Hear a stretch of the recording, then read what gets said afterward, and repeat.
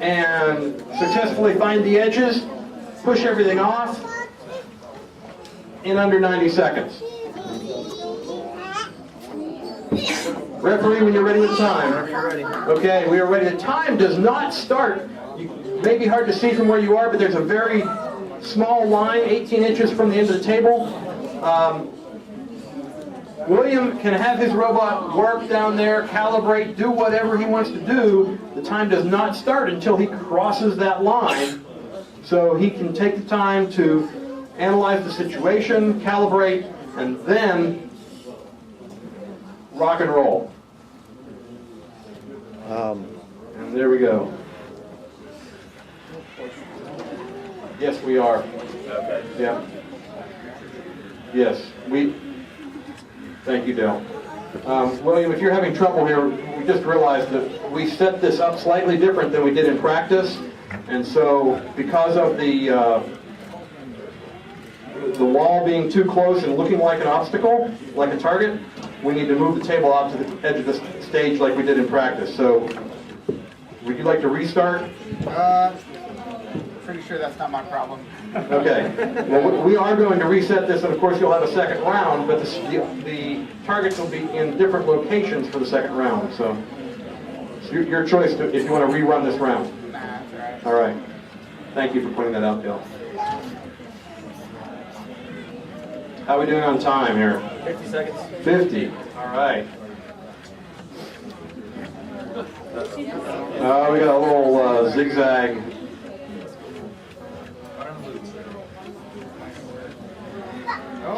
We have an escape. Yes, we have an escape plan. So avoidance.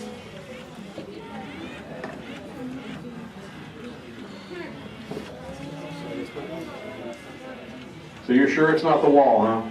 Yeah, it thinks everything is the edge of the table. That's why it's just random avoidance.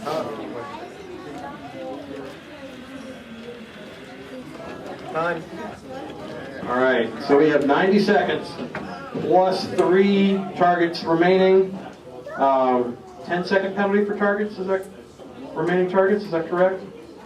Yep. 10. 10 seconds, so we've got 120 seconds as a score for that. It actually is a great engineering choice because you see that Ted has sections of his robot designed for catching obstacles, great for this, but there is in the obstacle avoidance portion, which you'll see in a little while, obviously not an advantage to have your robot designed to catch obstacles. Oh, off the edge.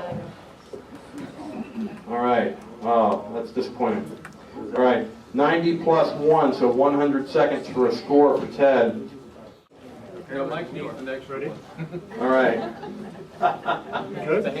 Ready when Jebediah calls it. All right. Like the surface.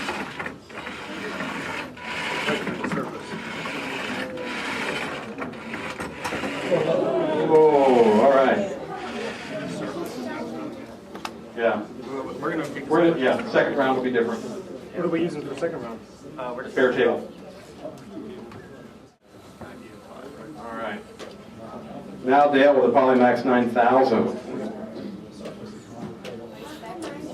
The 9000 designation is to just prove its ultimateness, correct? Exactly. Okay. You may notice, if you look carefully at the technical aspects of Dale's robot, not only does he have an Angry Bird as a pilot, which is barely permitted by the rules, but he also has googly eyes on the front of his robot, which helps it find obstacles. It's going to have to do a little bit of searching to find that last obstacle, but there we go. Found it and off. A nearly perfect run. 22.8. 22.8 seconds. 22.8. That's basically 100 seconds faster than his nearest competitor, I believe. Over speed. There it is. One finger. One finger, all right. A binary one. Just give it the finger.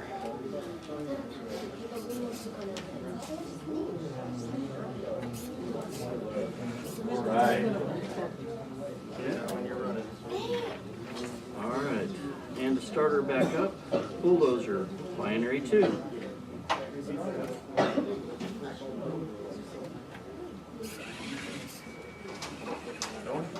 Yep.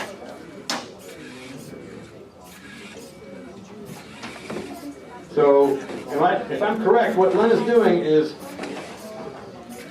inching his way along the edge, hoping to find any obstacles by random at first. And then he has this little arm that flicks any obstacles so that he can catch them on the next roundabout. There's 3 obstacles off, making the turn at the end of the table. And 4 off, making the run.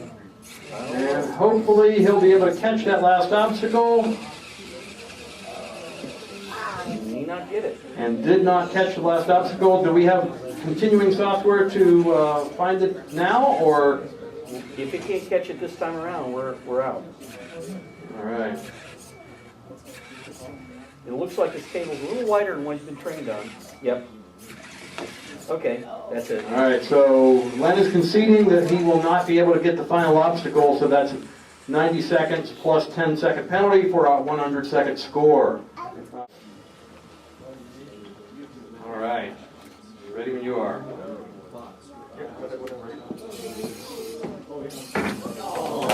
Ooh, quite a tumble there. That did not cross the line. We still have not crossed. Some people are using infrared sensors, depending on reflectance. Some are using infrared sensors at angles. There are some advanced infrared sensors that have been used in the past that have lenses, sonic sensors. Computer vision systems have been tried in the past, but not successfully. And we have crossed the line just now, right? Yeah. All right. So time has started, and Bok Choy seems indecisive. So we're using, getting so close to the edge there. I'm thinking we are 3/4 of an inch from the edge. Half an inch now. 1/4 inch. Oh, a little bit further now. Okay, no fear, right? No fear, right on the edge.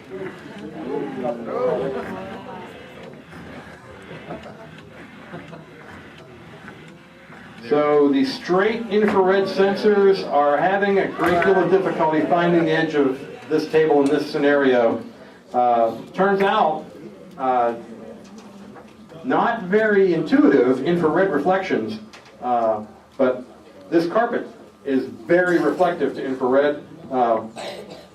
We didn't know that, but William has found that out for us. And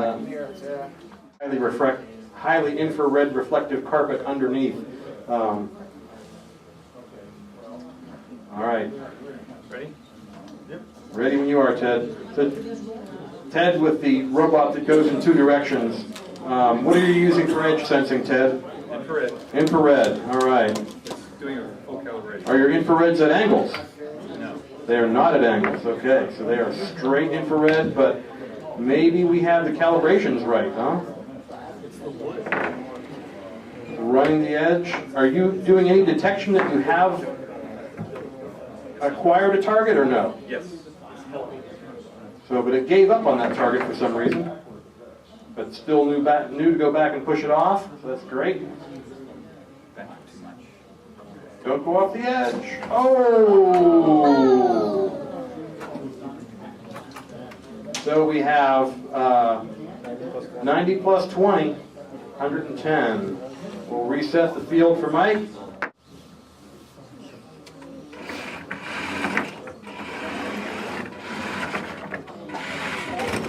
Oh! Struggling to find the edge of the table. All right. You want to go up next, Dale? Yeah. Well, Oh, okay. Allison, all right. And we are using infrared detection for the table edge.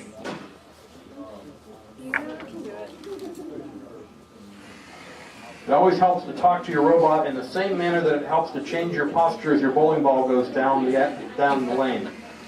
It does.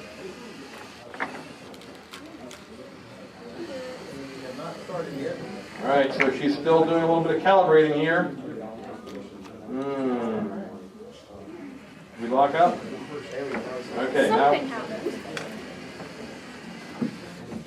Oh! 90 plus 4.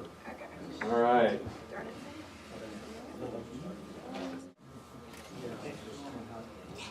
Calibrating and running. Found the edge smoothly. All right. We've got one. Looks like we may get two. Oh, there you go.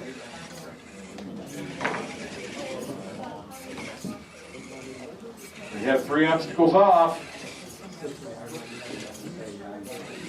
Not pivoting enough. 4 obstacles off.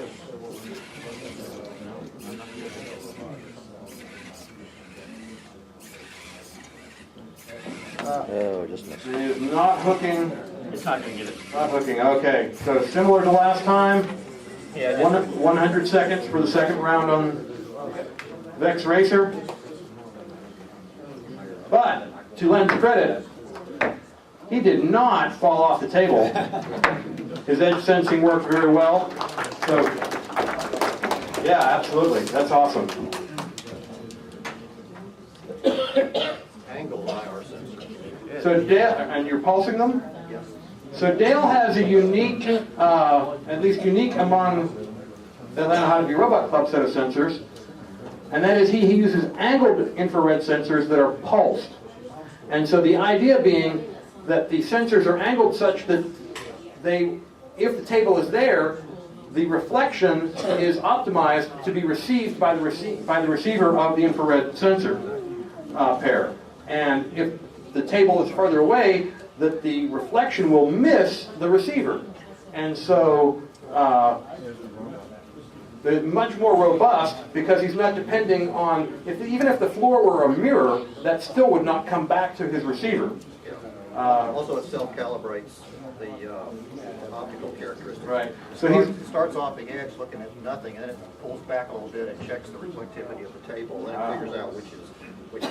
Did you guys hear that? So he's doing a calibration where he's checking the table, checking the floor, and it self-calibrates. Additionally, he's using pulsed infrared rather than continuous infrared. The advantage of pulsed infrared is by looking only for pulses, you eliminate or at least reduce the effect of the ambient light. So if the lights were to change, if we were to turn the lights on or off in the middle of Dale's run, not that we would do that, except to be mean, but it wouldn't hurt. It would not hurt his robot at all. Go ahead.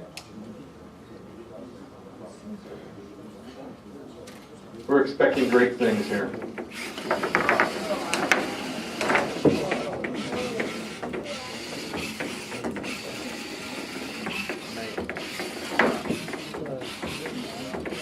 One of the other difficult things, time.